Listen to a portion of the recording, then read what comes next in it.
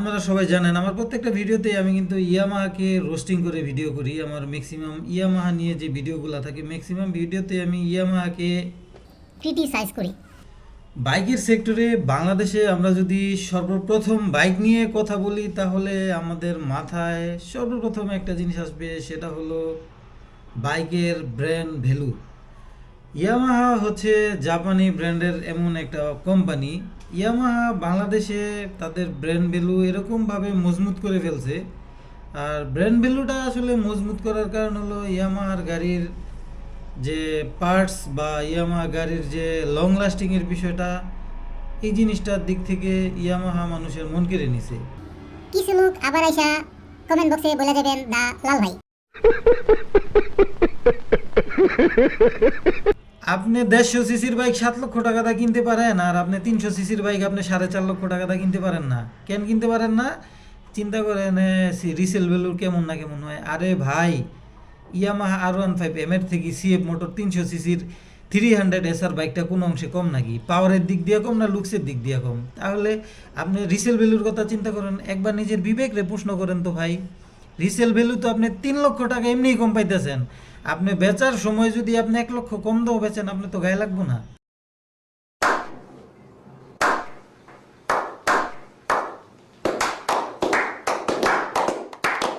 সমস্যা হলো আমরা মাইন্ড সেট আপ করতে পারি না। মাইন্ড সেট আপ করতে পারলে বাংলাদেশে এই যে সুজুকি আর ইয়ামাহা যেভাবে মানুষের গলা কাটতাছে, ওই पुष्पराज मैं झुकेगा नहीं ওই পুষ্পা ব্যবসা তারা করতে পারতো না। আমরা যদি সচেতন থাকতাম, আমরা যদি যে সমস্ত ইউটিউবাররা দালালি ফালালি করে তাদেরকে আমরা রিপোর্ট মারতাম, তাদের ভিডিও না দেখতাম, তাদেরকে আমরা আনসাবস্ক্রাইব করতাম, ব্লক করতাম, তাইলে ওই সমস্ত ইউটিউবাররা এই সমস্ত কোম্পানির নিয়ে নাচতো না, পা চাটতো না, গাড়ির দাম সহনীয় পর্যায়ে থাকতো। ডলারের দাম বেশি থাকলে তারা যদি বাংলাদেশে বাইক বিক্রি করতে হইতো, ডলারের দাম বেশি হইলে তারা ওই মডেলের বাইক বেচতো না, বা বেচলেও তখন তারা ওইটা পাবলিককে বুঝিয়ে ব্যস্ত যে ভাই ডলারের দাম বাড়ছে, আমরা এই জন্য গাড়ির দাম বাড়াইছি। কিন্তু ভাই দাম বাড়ে, ডলারের দাম বাড়লে গাড়ির দাম বাড়ে, কিন্তু ডলারের দাম কমে গেলে গাড়ির দাম তো আর কমে না। समझ रहे हो समझ रहे हो ना। আসলে ভাবছিলাম এই ধরনের টপিক নিয়ে আর ভিডিও মেক করব না, বাট ইতিমধ্যে অনেকেই আমাকে কমেন্ট করছেন। কেউ বলছে রোস্টিং করেন, কেউ বলছে ইয়ামাহার এফজেড সিরিজটা সম্পর্কে আপনার যদি কোনো মতামত থাকে বাইকটার প্রাইস নিয়ে, বা যদি কিছু বলার থাকে সেটা আপনার ইউটিউব চ্যানেলে অথবা আপনার ফেসবুকে পোস্ট করেন। সো যারা ইয়ামাহা লাভার আছেন বা এফজেড সিরিজটার লাভার আছেন, তাদের জন্য ভিডিওটা এই পর্যন্তই। আপনারা চাইলে ভিডিওটা স্কিপ করতে পারেন। আর যারা মূলত আমার ভিডিও সবসময় দেখেন, আজকের ভিডিওটা মূলত তাদের জন্য এখন থেকে শুরু। Okay, let's go.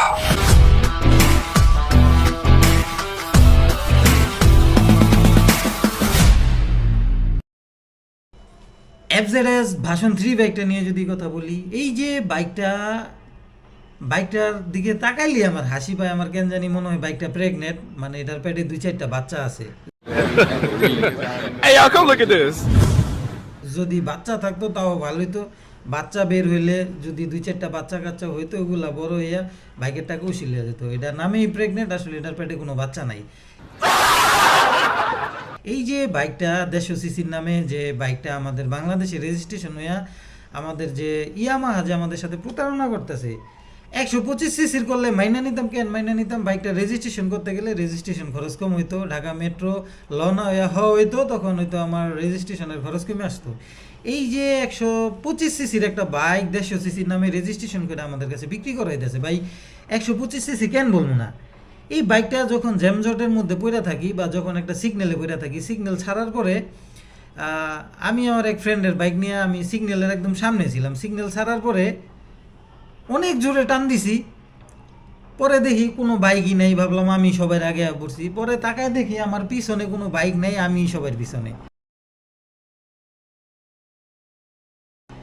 বাইকটা না আছে কোনো রেডি পিক আপ, না আছে কোনো পাওয়ার, না আছে কোনো টর্ক, না আছে কোনো মানে কিচ্ছু নাই। कौन है ये लोग, कहां से आते हैं ये? যদি ইয়ামাহা কোম্পানিরে জিজ্ঞেস করেন ভাই আপনার ওই বাইকে কি আছে, তবু ভাই আমাদের বাইকে কমফোর্ট আছে। ভাই কমফোর্টের দাম কি এত টাকা? কমফোর্ট কম বেশি সব বাইকে আছে। এখন যদি বলতে যাই আমাদের বাইকে কমফোর্ট আছে, আমাদের বাইকে ব্রেকিং ভালো, আমাদের বাইকের চাক্কা মোটা, আমাদের বাইকের মাইলেজ ভালো। আরে ভাই মাইলেজ তো কম বেশি সব বাইকেরই ভালো, দুই একটা স্পোর্টস সেগমেন্টের দুই একটা বাইকের কথা বাদ দিলে মাইলেজ তো আহামরি এরকম কিছু না। এক্সপার্ট রাইডার হইলে একটা বাইকের মাইলেজ যে কোনো বাইকই যদি ভালো ড্রাইভার হয়, ভালো রাইডার হয়, মাইলেজ ভালো অবশ্যই পাবে। আর ব্রেকিং তো আপনাদের ব্রেকিং তো ভালো হবেই। আপনাদের গাড়ির যে স্পিড রে ভাই, আপনাদের গাড়ির যে স্পিড, মনে করেন ওই হাইওয়ের মাঝখানে টানতে যায় যদি মনে করেন ওই ব্রেক চাপ দেওয়া লাগবো না, ওই দুই পাশ থেকে ক্লাস ধইরা দুই পাশ থেকে পাও যদি জুতা পরা থাকে দুই পাও নামাই দিলে গাড়ি এমনি থেমে যাবে, গাড়ির ব্রেক লাগবো না। একদিক দিয়ে ভালো আছে ইয়ামাহা এফজেড সিরিজের বাইকগুলা, মনে করেন কোনো সময় যদি গাড়ি ব্রেক ফেল করে তাহলে আর সমস্যা নাই, পাও দিয়েই থামাইতে পারবেন।